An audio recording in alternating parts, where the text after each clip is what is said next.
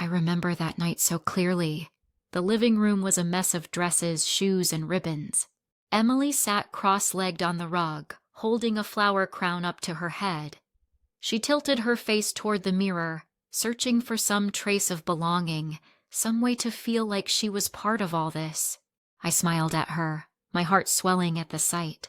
She looked so small, so hopeful. Then my phone buzzed. A simple vibration, but it cut through the air like glass shattering. I picked it up without thinking. Just one line on the screen. "Don't bring the outsider. This is for family only, Vanessa." The words burned themselves into my chest. For a second, I thought maybe Emily hadn't seen, but her eyes, those big searching eyes, were fixed on me, and she knew.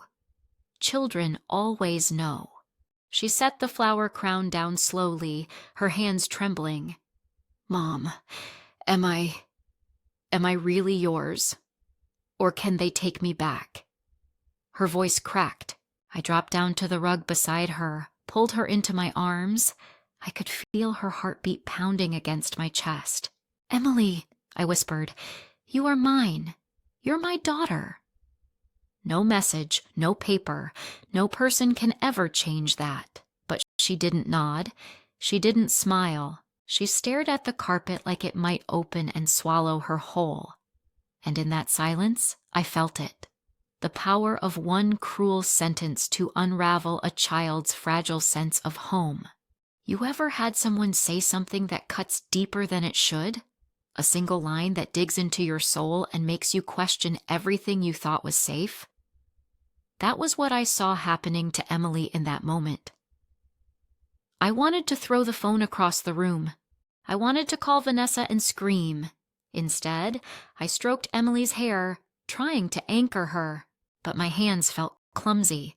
My words felt too thin. "Maybe she's right," Emily whispered suddenly. "Maybe I don't belong." The air in the room seemed to collapse. I pulled her tighter. No, baby, she's wrong. She's angry. She's cruel, but she's wrong." My voice shook. "You belong with me, always." She didn't answer. She just curled into me, small and trembling, like she was bracing for the world to push her out. And here's the thing. You can prepare a child for school, for scraped knees, for tests and grades, but how do you prepare them for rejection? For the sting of being told they're not wanted, not enough, not real? That night, I tucked Emily into bed.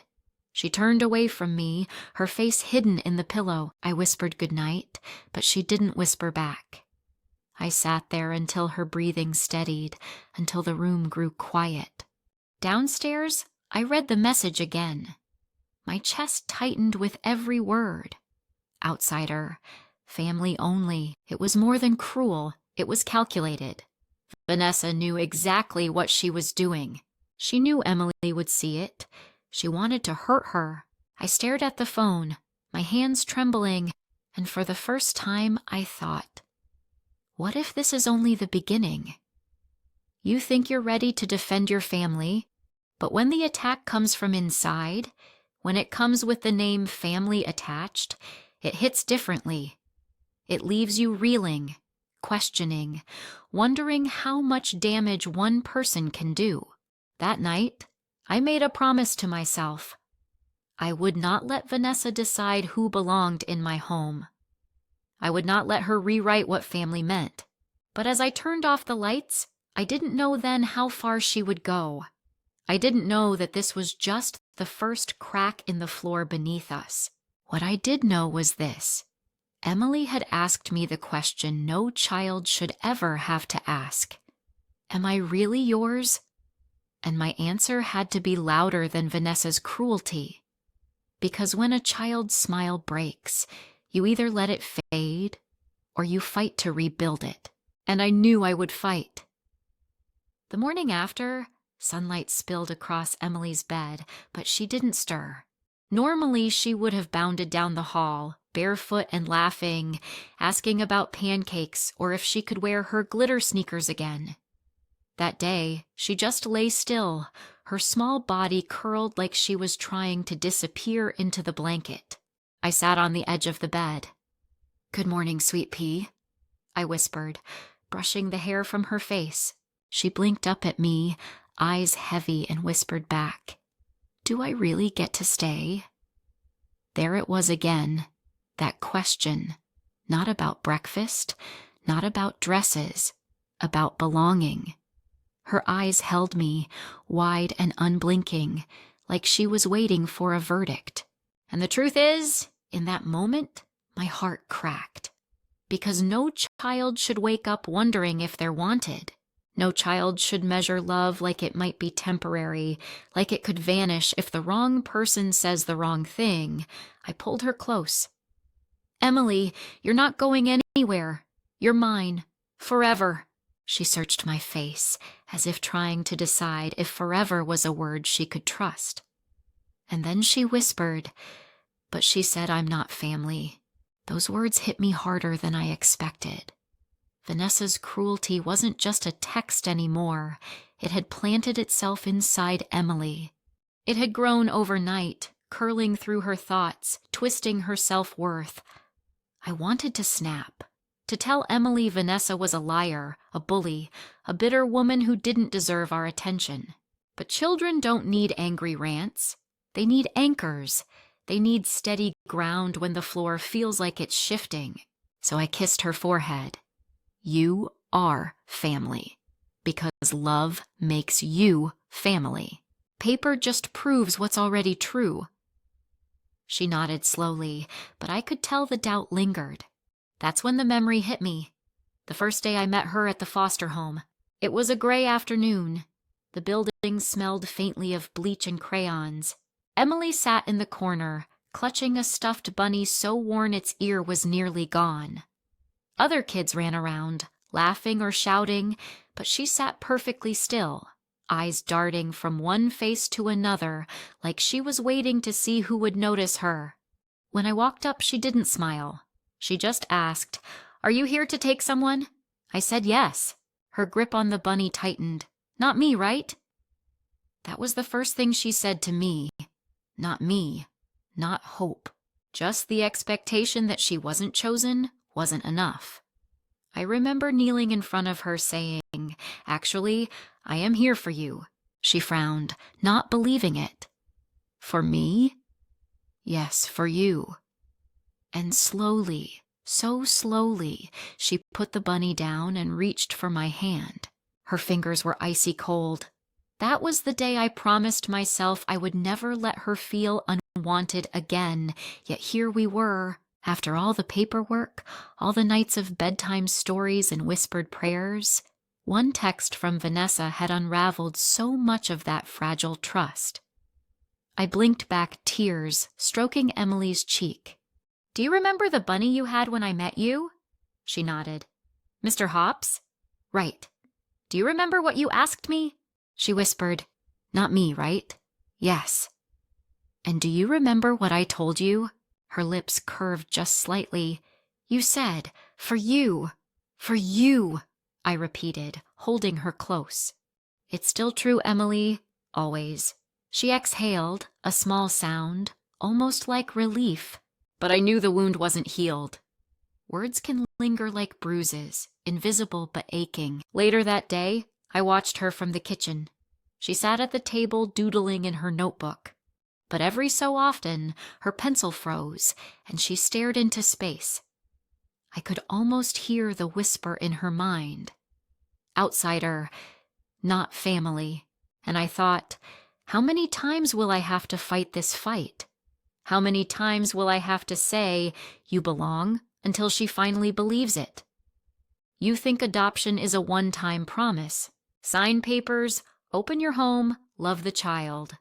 But the truth is, it's a daily vow. It's proving, over and over, that your love doesn't have an expiration date. That evening, she came to me with her notebook. On the page, she'd drawn 3 stick figures holding hands. One was taller, with long hair, me. One had a round head and short hair, her. Between us, she had written one word in shaky letters. Family. I hugged her tight, but even as I did, I could see it in her eyes.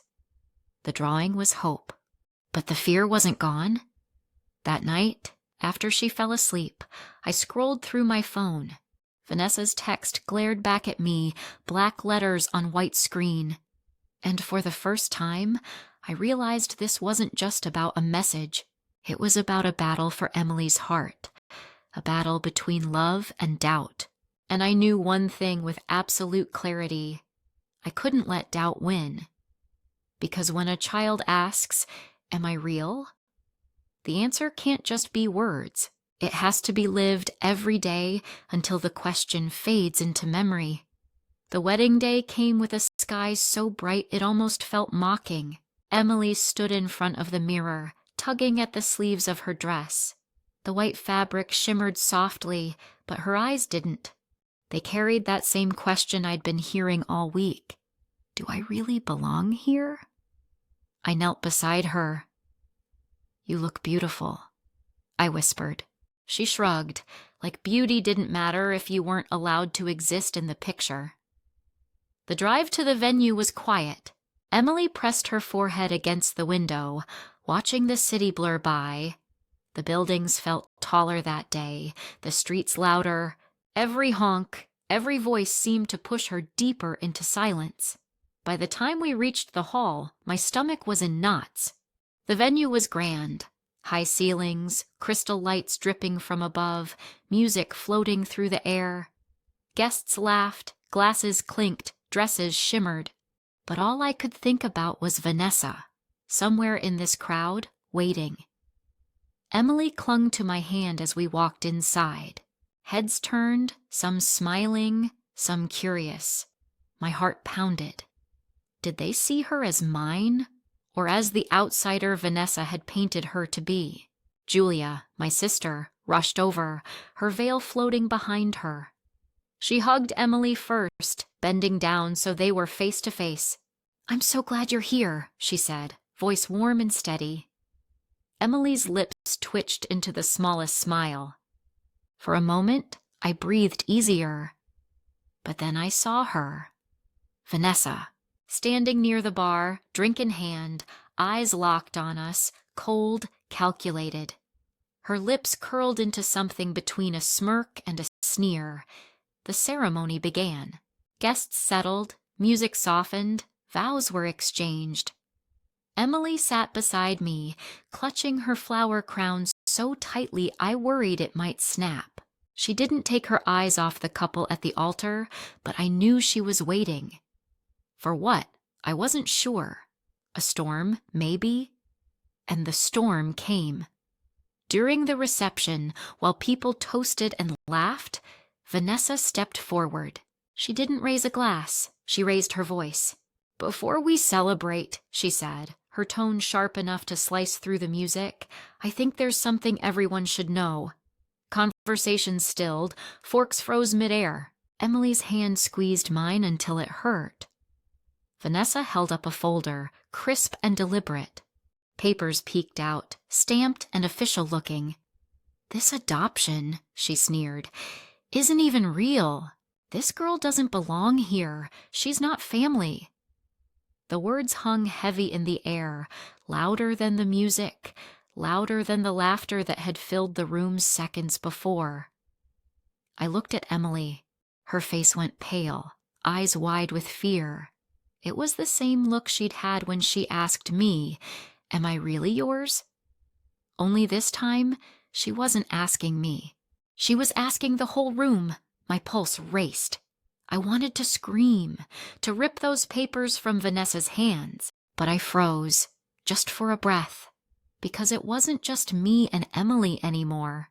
It was a room full of people, a family caught between silence and choice. Julia moved first. She walked across the dance floor, her veil trailing behind her like a banner. The crowd parted, whispers rippling. She stopped right in front of Vanessa, stared her down, then reached for the folder. The sound of paper tearing echoed like thunder. Julia ripped the documents in half, then in half again, her voice steady but fierce. If you don't see Emily as family, then you don't belong here. Gasps filled the room. Some clapped, others nodded. Emily's hand loosened on mine, her eyes wide but different now. Less fear, more disbelief. Could it really be? Could she really be wanted that openly, that fiercely? Vanessa's face flushed red. She sputtered, tried to shout, but no one listened. Security moved toward her, guests shaking their heads. She stormed out, her heels striking the floor like gunshots. The music swelled again, but this time it wasn't just sound. It was relief. Release. Emily looked up at me. "She ripped them," she whispered. "Yes," I said, my throat tight. "She ripped them for you." For the first time in days, Emily smiled. Not wide, not carefree, but real. The kind of smile that says maybe, just maybe, the ground beneath your feet is steady again. The rest of the night blurred. Toasts were made, dances danced, laughter returned. But that moment, Julia tearing the papers, stayed sharp in my mind. It wasn't just an act of defiance, it was a declaration. Family isn't fragile paper. Family is the people who stand up, even when it's messy, even when it's public, even when it costs them. As the night drew to a close, Emily placed the flower crown on her head.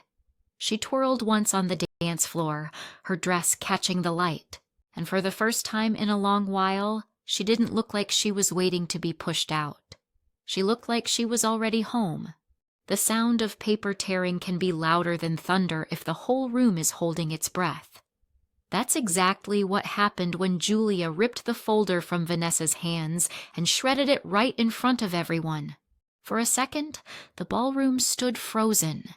The clinking glasses, the laughter, the music, all gone. Just the echo of ripping paper and the words Julia had hurled back at Vanessa. "If you don't see Emily as family, then you don't belong here." I glanced down at Emily. Her small fingers were still gripping mine, but the fear in her eyes had shifted. Now there was something else. Astonishment, almost disbelief, as if she'd never imagined that anyone would defend her so fiercely, so publicly. Vanessa tried to recover.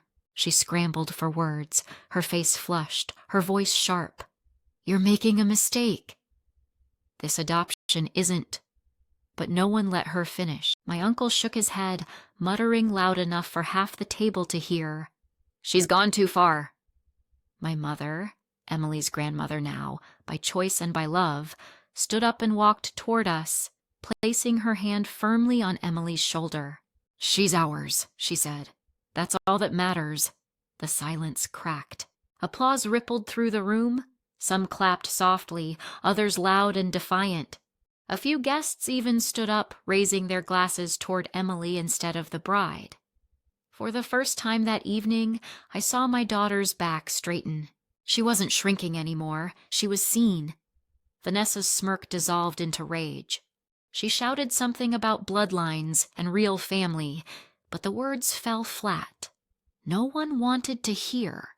The DJ, bless him, turned the music back on, a bold beat that swallowed her voice whole. 2 security staff moved closer, and with a dramatic huff, she stormed out. The click of her heels echoed like a retreat. Emily turned to me, whispering, "She's gone?" I nodded. "She's gone." She exhaled, a trembling breath, and for the first time that week, she smiled. Tiny, cautious, but real. Later, as the reception flowed back into laughter and dancing, Julia pulled Emily onto the floor. "You're my flower girl," she said, "and flower girls don't hide in the shadows." She placed a small bouquet in Emily's hands, lifting her chin so the whole room could see her. The guests cheered, cameras flashed. Emily blinked against the lights, but instead of shrinking, she clutched the bouquet tighter and stepped into the circle. Her cheeks flushed pink. Her eyes sparkled. She was glowing. I stood at the edge of the dance floor, tears stinging my eyes, because this wasn't just about tonight. This was about every bedtime story I'd read, every nightmare I'd soothed, every whisper of doubt I'd tried to push away. Tonight she wasn't just my daughter, she was our daughter, and the world knew it. But here's the thing about moments like that. They don't erase the pain. They don't undo the sting of Vanessa's words. They just build a louder truth to stand against the lies. After the music slowed, Emily slipped back into my arms. She looked up at me, her voice almost a whisper. "Mom, did you see?" They clapped for me. I kissed her hair. Of course they did. "Because you belong here, always." She tucked her head against my chest, and I could feel her heart finally settling into rhythm. Steady, safe. The rest of the night passed in a blur of toasts and laughter. But when the family gathered for the official wedding photo, Emily stood right in the front row, flower crown tilted slightly, bouquet still in her hands. She didn't hide behind me. She didn't look for escape. She stood tall, eyes on the camera, as if daring anyone to say she wasn't supposed to be there. And when the flash went off, I knew this picture wasn't just a keepsake. It was proof. Proof that love is louder than bloodlines. Proof that chosen family is still family. Proof that no matter what Vanessa had tried to tear apart, Emily's place was secured. Walking out of that hall that night, Emily held my hand differently. Not like she was clinging for safety, but like she was walking beside me, equal, certain. And I thought, maybe this was the start of healing. Maybe the worst was behind us. But deep down, I knew better. Because people like Vanessa don't disappear after one defeat. They regroup, they scheme. And sometimes, their next move cuts deeper than the first. Still, for that night, as Emily drifted to sleep with her flower crown resting on the nightstand, I let myself believe in the quiet. I let myself believe that the torn paper had ended it all. If only I'd known. It was only the beginning. The house smelled faintly of roses when we came home from the wedding. Emily still wore her flower crown, slightly askew, the petals beginning to wilt. She refused to take it off, even when I asked if she wanted to change into pajamas. She shook her head and whispered, "Not yet. It's special." I let her be. Some nights you don't fight about routines. Some nights you let a child sleep in a dress and crown because it's not about comfort. It's about keeping proof that you belonged, even just for a little while. When I tucked her in, she clutched the bouquet Julia had given her, petals scattered across the pillow. She whispered, "They clapped for me, Mom. They really did." Her eyelids drooped, but her smile lingered. I kissed her forehead and thought, maybe we'd turned a corner. Maybe the worst was over.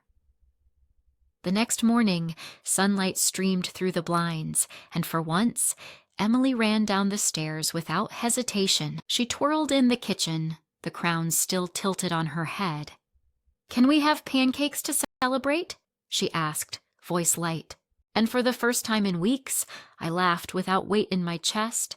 Yes, pancakes, with extra syrup. We ate together, giggling as syrup dripped across her chin. It felt normal, ordinary, beautifully ordinary. Later that afternoon, we framed the wedding photo, the one where Emily stood in the front row, her bouquet pressed to her chest, her eyes bright. I hung it in the hallway, right where everyone would see. Emily stared at it for a long time, her fingers brushing the glass. "I look like I belong," she whispered. "You don't just look like it," I said. "You do belong." She nodded, slowly, like she was beginning to believe me. That week was filled with small victories. Emily hummed as she packed her school bag.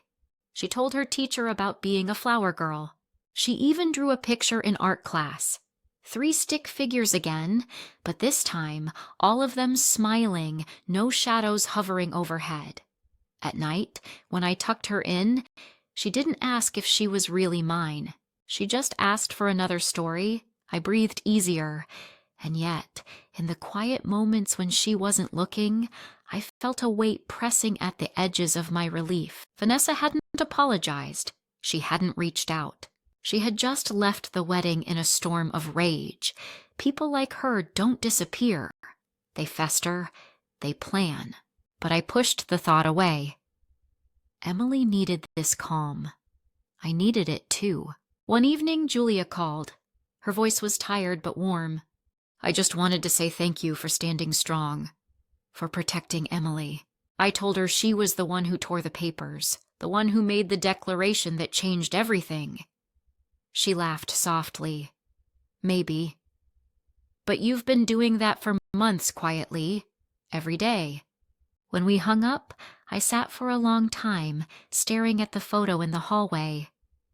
Emily's smile glowed back at me, brighter than the frame around it. It's funny how peace feels fragile, like holding a glass ornament in your palm. You cherish it, but part of you is always waiting for it to fall and shatter. For that brief stretch of days, I let myself believe it would hold. Emily's laughter returned. My shoulders loosened. Even Marcus, my brother-in-law, sent a message. I'm sorry for what Vanessa did. She doesn't speak for me. It felt like an olive branch, one I wanted to take. We had dinners with family again. Emily played with her cousins in the yard, her crown finally replaced with a baseball cap. She ran across the grass, shouting, her voice loud, fearless. And I thought, maybe this is what healing looks like. Not grand gestures, just small, ordinary moments where the fear loosens its grip. But healing isn't linear. It comes with scars. One night, Emily woke from a nightmare, crying, "Don't send me back." I held her until she calmed, rocking her as if she were much younger than 9. Her fear seeped into me, but I whispered the same words I always did. You're mine, always. Eventually, she slept again. I sat there in the dark, listening to her breathing, and promised myself I would keep building these moments of peace, even if the storm hadn't fully passed. Because here's the truth. After pain, peace feels almost foreign. You question it, you poke at it, you wonder how long it will last. But you also cling to it fiercely, because it's the only thing that makes you believe tomorrow might be better. For that season, however brief, Emily believed again. She believed she could laugh, could belong, could see herself in the family photo without wondering if someone would tear it down. And for me, that was enough, for now. Peace lasted 3 weeks. 3 weeks of laughter at breakfast, of school projects spread across the table, of Emily running barefoot through the yard like every other child. 3 weeks where the shadow of Vanessa's words seemed to fade into the background. And then the letter arrived. It came in a plain white envelope, no return address. At first, I thought it was junk mail. But when I opened it, the words leapt out in black ink, typed with precision. Your adoption will be challenged. Custody was not properly finalized. Prepare yourself. My hands trembled. My throat went dry.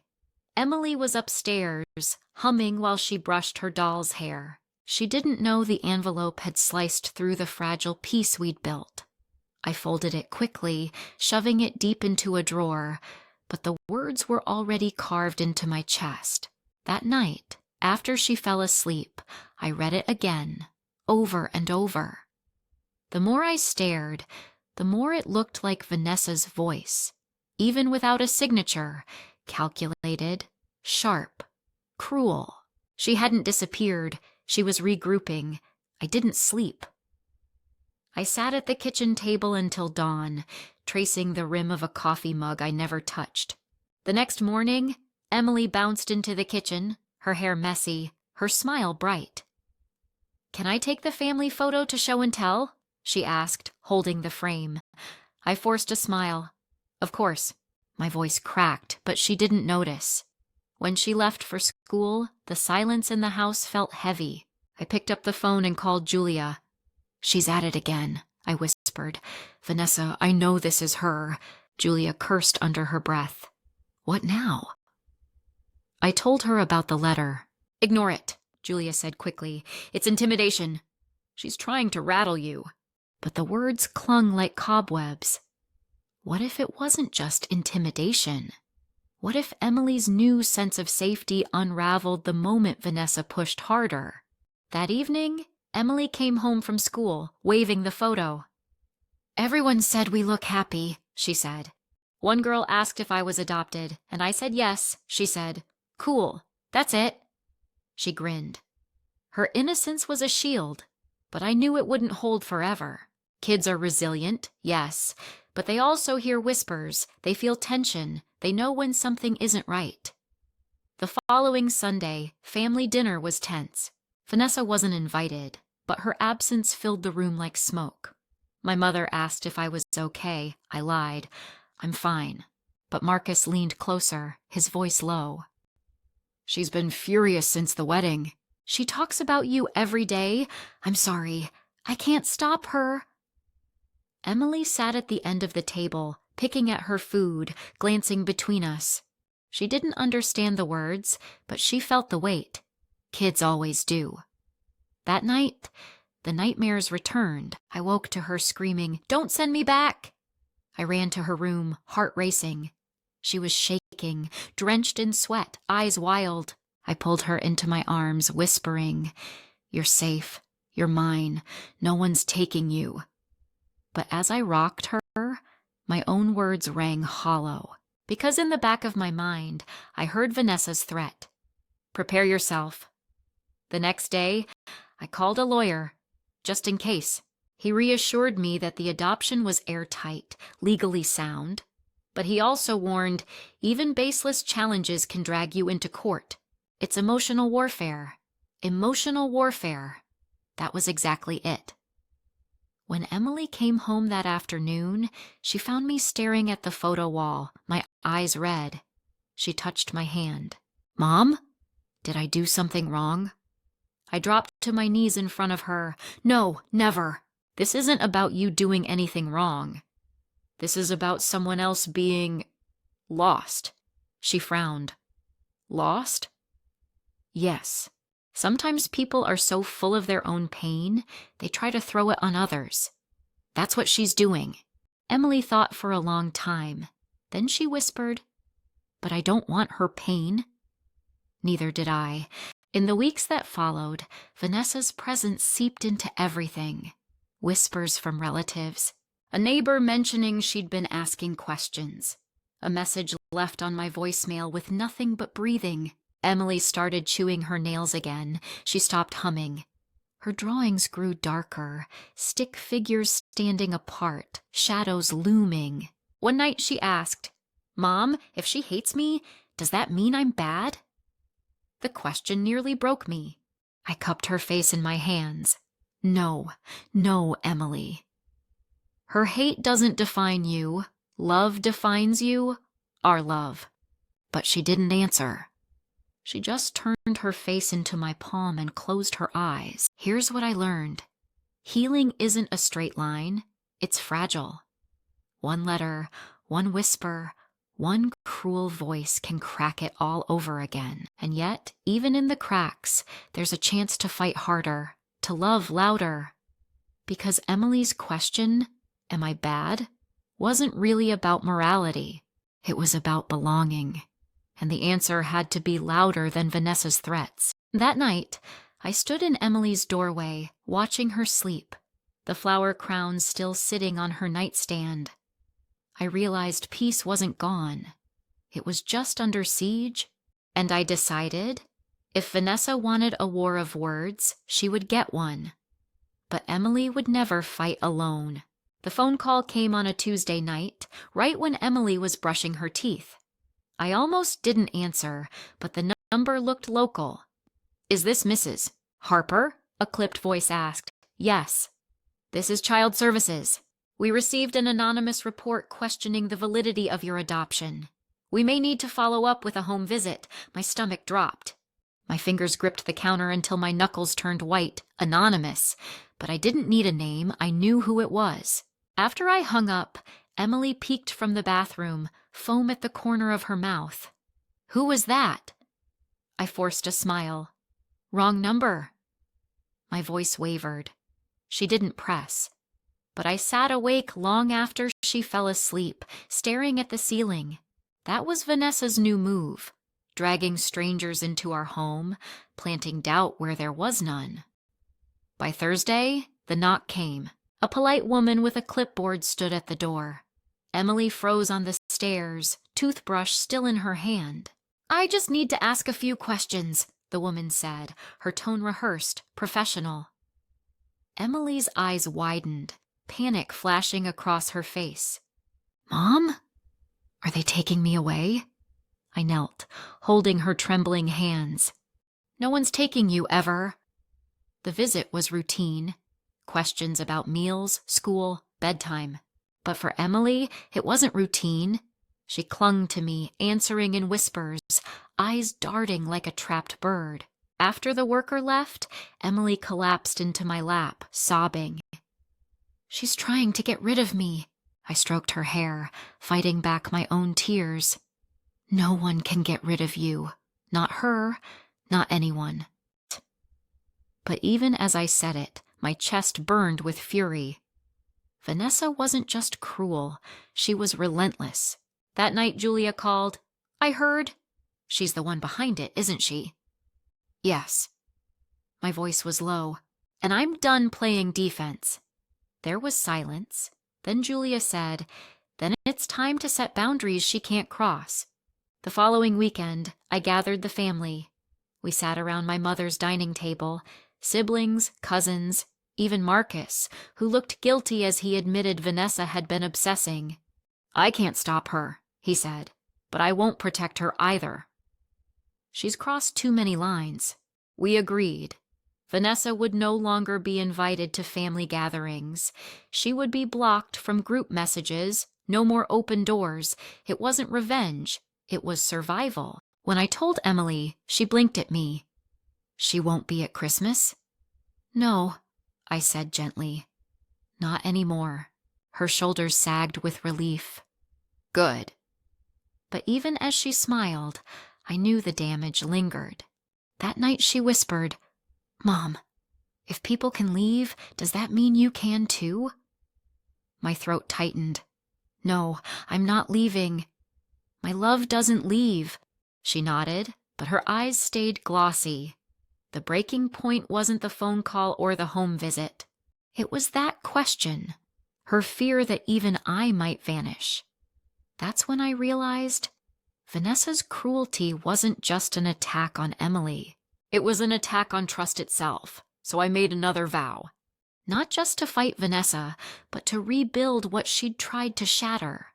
To remind Emily every single day that love isn't temporary and family isn't fragile.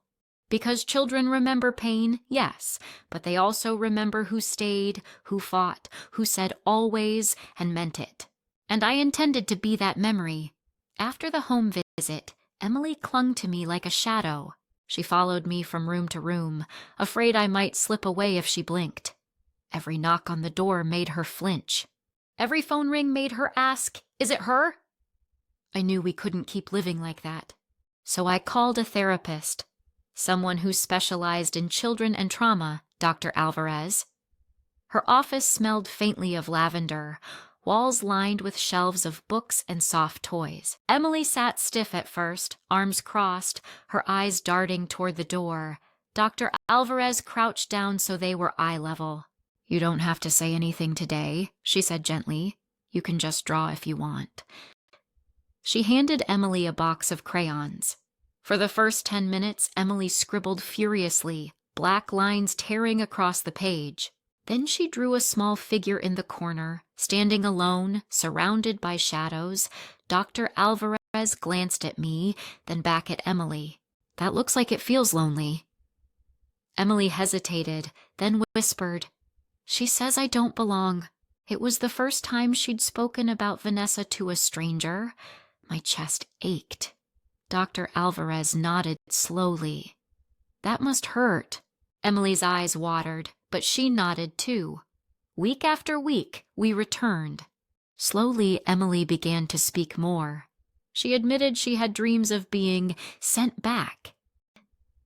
She confessed she chewed her nails because it was the only way to stop the buzzing in her head. She even drew our house, but sometimes she left herself out of the picture. One session, Doctor, Alvarez asked, "Emily, do you know what adoption means?" Emily shrugged. "It means someone takes you because no one else wants you." The words cut like knives. I wanted to interrupt, to correct her, but Doctor, Alvarez held up a hand, calm. "Or," she said gently, "it means someone chooses you. On purpose, forever." Emily's brows furrowed. "Forever?" "Yes," Dr. Alvarez said. "Not until next week. Not until you make a mistake, forever." Emily looked at me, searching my face for confirmation. I nodded, tears sliding down my cheeks. "Forever," I whispered. That night, Emily crawled into my lap, clutching her stuffed bunny. "She said forever," she murmured. "Do you promise too?" "I promised the day I met you," I said. "And I'll promise every day after." Therapy didn't erase the pain overnight, but it gave Emily words. It gave her a space where doubt could come out into the open instead of festering in silence. It helped me too, Doctor. Alvarez reminded me that healing wasn't about pretending the hurt never happened. It was about showing up again and again with love that doesn't waver. At home, Emily started making small changes. She taped her drawing of the three of us, me, her, and her grandma, on the fridge. She told me at bedtime, "You're my always mom." She still asked hard questions, but they came less from fear and more from curiosity. One evening she asked, "Why does Vanessa hate me?" I swallowed hard. Sometimes people carry anger inside them, and instead of dealing with it, they try to give it to others. It's not about you, it's about her. Emily frowned. "But it feels about me." "I know," I said softly, "but her hate doesn't make you less loved." She thought for a moment, then whispered, "It makes me want to love more." That was the moment I realized Vanessa hadn't won, because Emily, even bruised and shaken, still carried a heart that leaned toward love. At the next therapy session, Dr. Alvarez had Emily stand in front of a mirror. "Say one thing you know is true about yourself," she encouraged. Emily hesitated.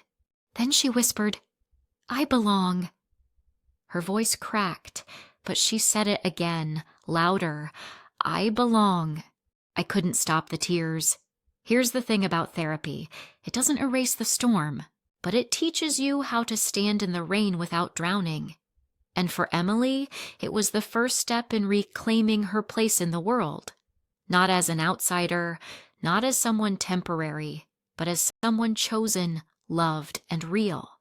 Spring came, soft and green, as if the world was trying to remind us that new things could grow even after a harsh winter. Emily's laughter returned in bursts, small at first, then louder, freer. It started with family dinners. She no longer hid behind me when we walked into Grandma's house. Instead, she dashed straight to the kitchen, grabbing a cookie before anyone could stop her. She began sitting at the table with her cousins, leaning in to whisper secrets, giggling like she'd done it all her life. One Sunday, my brother lifted his glass and said, "To Emily." Everyone followed. Glasses clinked, voices rose, and Emily's cheeks turned red. She looked around the table, eyes wide, as if she couldn't quite believe it was all for her. Later that night, she whispered, "They see me." "Yes," I said. "Because you're unforgettable." The proof kept stacking. At her cousin's birthday party, Emily was asked to help blow out the candles. At Easter, she hunted eggs with the other kids, her basket overflowing. At each gathering, relatives made sure to include her in photos, pulling her into the middle instead of leaving her at the edges. One afternoon, Julia brought Emily a bracelet, a simple chain with a charm shaped like a heart. "It's not from a store," Julia said. "It's from me, for my niece." Emily held it up, her hands trembling. "For me?" Julia nodded. For you. Because you're mine, too. Emily slipped it on, staring at the silver heart like it was proof she could carry love on her wrist. That night, she refused to take it off, even when I reminded her it might snag on the sheets. At school, Emily's teacher called me in. She gave a speech during show and tell, the teacher said, smiling. She told the class adoption means family is chosen, and that's special. The kids clapped. I sat in the tiny classroom chair, blinking back tears. My daughter, who once asked if she was real, was now standing tall, teaching others what belonging meant. At home, Emily taped new drawings to the fridge. This time, the stick figures weren't tiny or off in the corner. They filled the page smiling, arms linked. Above them, in big letters, she wrote, "My family." Still, shadows lingered. Sometimes, late at night, she would ask softly, "She can't come back, right?" "No," I would say firmly. "She doesn't decide who you are. We do, and you do." Those conversations never ended with tears anymore. They ended with nods, with Emily curling under her blanket, whispering, "Okay, good night, Mom." The final proof came in the family photo we took that summer. Everyone gathered on the porch, grandparents, cousins, siblings, me and Emily in the middle, her bracelet glinting in the sun. The photographer called, "Say cheese!" and Emily shouted louder than anyone, "Family!" When the shutter clicked, I knew this was more than a picture. It was a declaration. Emily wasn't an outsider. She wasn't temporary. She was chosen. She was ours. And for the first time, she believed it too. The first time Emily stood in front of her class to give a speech, I worried she might freeze, but she didn't. She straightened her shoulders, lifted her chin, and said in a clear voice, "Family isn't about blood. It's about who chooses you and who stays." Her classmates clapped, her teacher smiled, and I, standing in the back of the auditorium, wiped my eyes. That moment was more than a school project. It was proof of how far Emily had come. Once she whispered in the dark, asking if she was real. Now she was teaching others the truth she had fought to believe. At home, she kept growing into that truth. One night at dinner, she looked around the table and said, "We're lucky, aren't we?" Because not everyone gets chosen. My mother reached across, squeezing her hand. "We're the lucky ones, Emily, because we got you." Her smile lit up the room. The summer ended with another milestone, a therapy graduation. Dr. Alvarez gave Emily a certificate that read, "Bravery Beyond Measure." Emily held it like a trophy, beaming. She asked if she could hang it above her bed, right next to the flower crown from the wedding. Life still had rough days. Nights where nightmares stirred, mornings when she chewed her nails until they hurt. But the difference was this. She no longer questioned whether she belonged. She knew. One weekend, while sorting laundry, I found a note tucked in Emily's pocket. In shaky letters, she had written, "I am forever." That night, I asked her what it meant. She shrugged, shy, and whispered, "It means you can't give me back ever." I pulled her close, my throat tight. That's right, forever. Months later, Vanessa tried once more. Another letter, another attempt to stir chaos. This time, I didn't panic. I didn't even hide it. I read it, crumpled it, and tossed it straight into the trash. Emily saw me do it. "Not important?" she asked. "Not important," I confirmed. She smiled, satisfied, and went back to coloring at the table. That was the power of truth. Once it takes root, lies lose their sting. The real ending came not in courtrooms or confrontations, but in the quiet moments. The bedtime stories where Emily leaned against me without fear. The mornings she skipped into school without glancing back. The drawings on the fridge where family was written in bold, joyful letters. One evening, as we sat on the porch watching the sun dip low, Emily asked, "Mom, what if people say I don't belong again?"